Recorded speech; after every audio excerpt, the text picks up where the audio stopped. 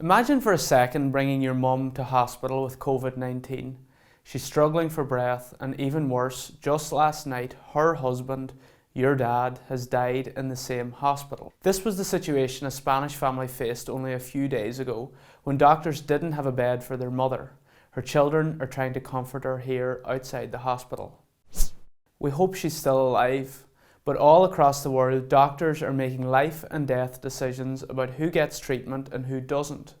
For instance, people over the age of 80 with pre-existing conditions are not being given intensive care in Bologna hospitals, where they've decided to prioritise younger patients. In other regions like Lombardy, if you're between 65 and 80 and present with pre-existing conditions, you're very unlikely to get intensive care, regardless of how desperate you are. Where hospitals are really stretched, elderly people are sometimes being denied ventilators simply because they have less years to live than younger patients. Those with families are more likely to get treatment than those without families, either because they have dependents or because they have someone that can give them aftercare. This is all being done in Italy on the basis of guidelines from the Italian College of Intensive Care. If you're old and have no family, you're going to be far down the priority list for hospitals that are overflowing.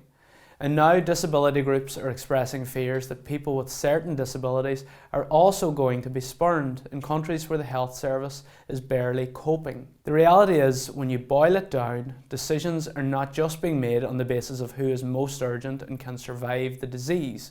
That would be fine. But decisions are also being made on the basis of whose life is supposedly more valuable. And that's wrong. A single elderly person or disabled person is no less valuable than a young or married person. Your status shouldn't come into the equation. The only consideration of hospital officials should be deciding who's most urgent and can hope to survive with treatment.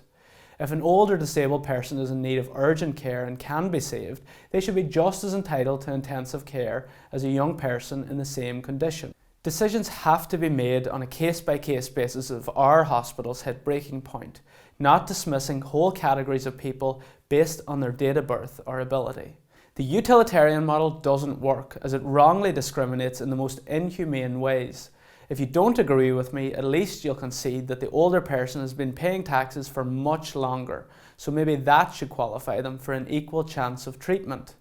Anyway, it's a dreadful situation for all staff, and thankfully Ireland hasn't faced a crisis like Italy or Spain yet, but it might. The big catchphrase of the 21st century has been equality. Now let's see how much we mean it. We're all in this together after all.